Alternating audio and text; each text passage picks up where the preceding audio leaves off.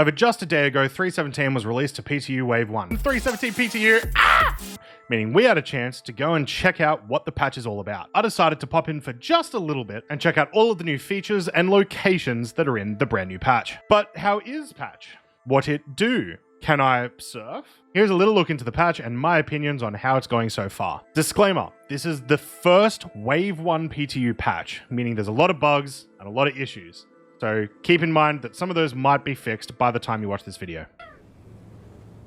Wait, what? Ship-to-ship refueling is the biggest thing in this patch that most people are excited for.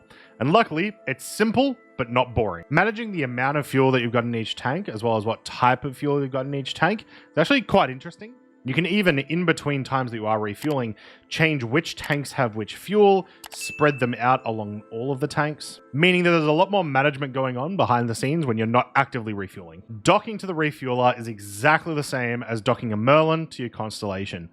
Once you're done, all you have to do is open up the vehicle management app, request the fuel, and from your perspective, you're done. Once it is requested, all the Starfarer has to do is open the tanks they want to use, open the nozzle, and the fuel will start pumping into the ship, and money will be transferred. One thing that was kind of annoying was that the control of the nozzle was done on a slider, meaning it's a bit finicky to get the exact right flow rate you're after, and you do not want to go over the safe flow rate. If you go over it for too long, your nozzle will explode. I did like that when you are setting prices for your fuel, there is an auto price button. It will automatically put the price 10% above cost. However, I am extremely disappointed that you can only price it up to 1 billion UEC per SCU.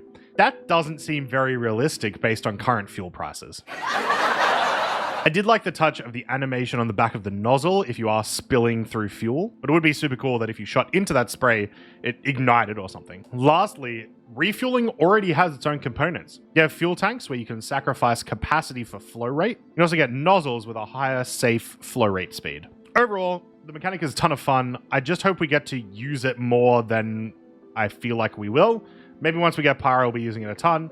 I definitely am looking into doing refueling as a career going forward. Having a brand new mechanic like refueling be that in depth is awesome. And feel the power of Maria's healing words firsthand. Bruh, are we getting brainwashed? Maria Pure of Heart is the brand new hospital and corporate cult center on Lawville. The design of this place is very dystopian, but is exactly what I would expect from the Hurstons. The colors are great. The little brainwashy call-outs we get over the intercom is awesome. And I love the little areas of Hurston backstory that we get, similar to what we get in the TDD. I'm not going to be transferring to Maria anytime soon. I am still a new Babbage boy, but they've done a fantastic job. Speaking of Hurston, Hurston has clouds now. The third planet to get clouds after Crusader and Microtech. Unfortunately though, I was a little disappointed. The clouds in Microtech and Hurston look great, both from space and below. And when you are on Lawville with the clouds, it looks good. They're gritty, they're gross, they look oily, which is exactly what you would expect from something like a planet like Hurston. But when you're in orbit, the clouds look peppered. They look patterned. It looks very, very unnatural, I guess. I'm not sure if this was a deliberate choice, but regardless, I'm not really a fan of how they look from orbit. When you're in Lawville though, they look great. Live, live, live! A few hundred kilometers from New Babbage, we finally have the brand new Microtech River. This is the first implementation of Rivers and Roads, and for a first implementation, wow. The texture of the water, the reflections of Stanton Star, and the trees and rocks that run alongside the river just give it a really unique biome vibe. It truly is absolutely stunning. The river goes for a fair distance and actually starts in some mountains and then ends up in a small little lake area. I do like that you can see the direction of flow of the river through the ripples, but I would like to see where the river would normally run faster or around rocks. I'd like to see a bit more disturbance in the water. So a little bit of stuff that they can probably do to the river, but overall, an amazing job. This is too much. FPS Guns have had a little bit of an animation rework, and the entire bunker FPS loop actually felt a lot more smooth.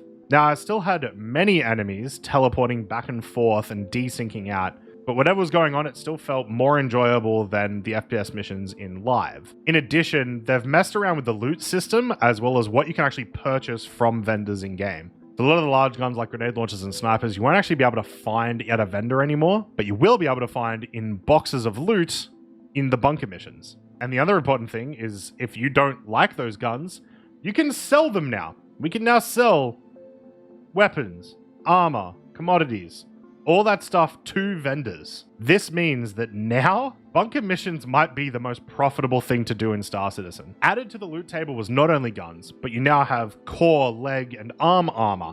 You have commodities like Hadanite. There are even specialized medical supply boxes. I've got plenty more looting to do to see what pops up, but apparently there's also things that weren't in the game before that are supposed to be on the loot table now.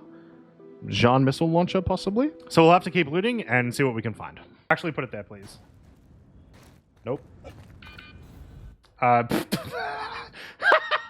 Mining gadgets was my most hyped thing for 317, and I really like what they've done with them. They're kind of like super powered subcomponents for your mining laser, but you have to actively get out of your ship and plant them on the rock. But the cool thing about that is as long as you don't overcharge the rock, they will fall off the rock and you can pick them up. This means you can use them theoretically as many times as you want, as long as you don't mess up on the rock that you're trying to break. Their bonuses are pretty crazy. They make almost every rock crackable by any and all configurations of laser.